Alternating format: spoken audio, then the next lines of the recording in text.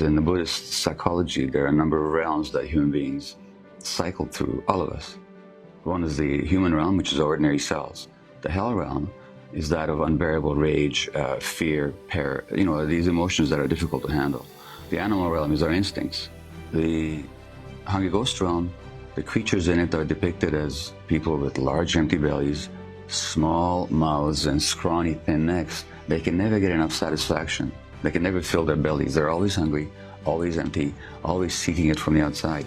That speaks to a part of us that I have, and everybody in our society has, where we want satisfaction from the outside. Just watch desire in your own mind. It's always looking for something. That kind of restlessness, that when you're frightened, you're looking for something certain. When you don't know what to do, you feel this momentum of desire, looking for any old thing. Eat food, smoke cigarettes, read books, watch television, look around at this, look around at that. And all this is just the force of habit, isn't it? When you're not mindful and not wise, then you're easily pulled into these things. When we live lives heedlessly, when we live our life without any kind of wisdom or understanding of it, we just get caught up in just finding ways of seeking excitement. When you get bored, you seek excitement. When you get bored with excitement, you seek annihilation. You get caught up in just following, just a creature of habit. One of the most pervasive false refuges or substitute gratifications is this never-ending effort to try to improve ourselves. And it's not the kind of improve ourselves of, really sensing the creativity and the knowledge we long for, but from a deficit, I need to be a better person kind of striving. And that's what goes on in us. This is part of the hungry ghost, that so wanting to feel like we're good enough. If we're honest, how many of us are really content and feel good enough? And again, I'm not talking about the kind of impulse to manifest our true potential. I'm talking about the kind of internalized standards we have that make us think we should always look better, do more, be more. When we're honest, we realize that for many of us, we live with a kind of dissatisfaction, a disappointment that our lives aren't turning out the way we wanted. And there's a sense of never arriving, like we're trying to get somewhere and we're not there. So hungry ghosts can have a whole range of degree. But along with that is that we have then patterns, again, chronic patterns on how we are trying to meet our needs, and we use all these different substitute gratifications, whether it's sugar or approval seeking or our possessions.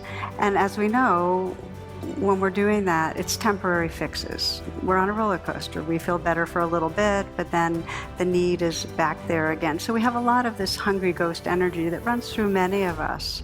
Wanting begets wanting is the idea, and the typical metaphor is it's like drinking salt water to satisfy thirst. So that's one level of suffering. We don't get satisfied. The second is that along with the hungry ghost energy of wanting, we have an aversion towards ourselves for that.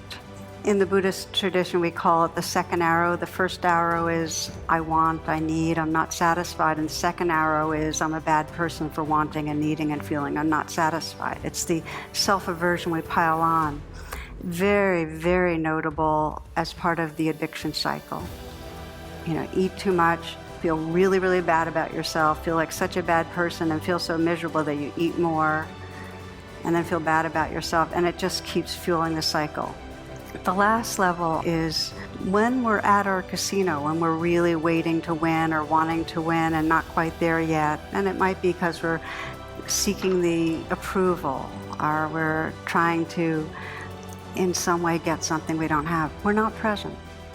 It's kind of like we're leaning forward, wanting the next moment to contain what this moment does not. And this is the heart of the suffering that comes with hungry ghosts, with wanting mind, with addiction, with attachment. That we can't be present.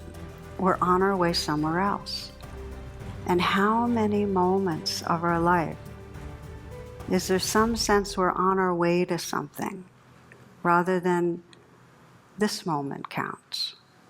Our attachment and addiction can be a flag to pause and deepen our attention to what's here. And if we're willing to pause and deepen your attention, you can begin to discover that rather than the addictive habit that you were hitched to, that star you felt away from really is here. It's in the presence. It's right here, right here.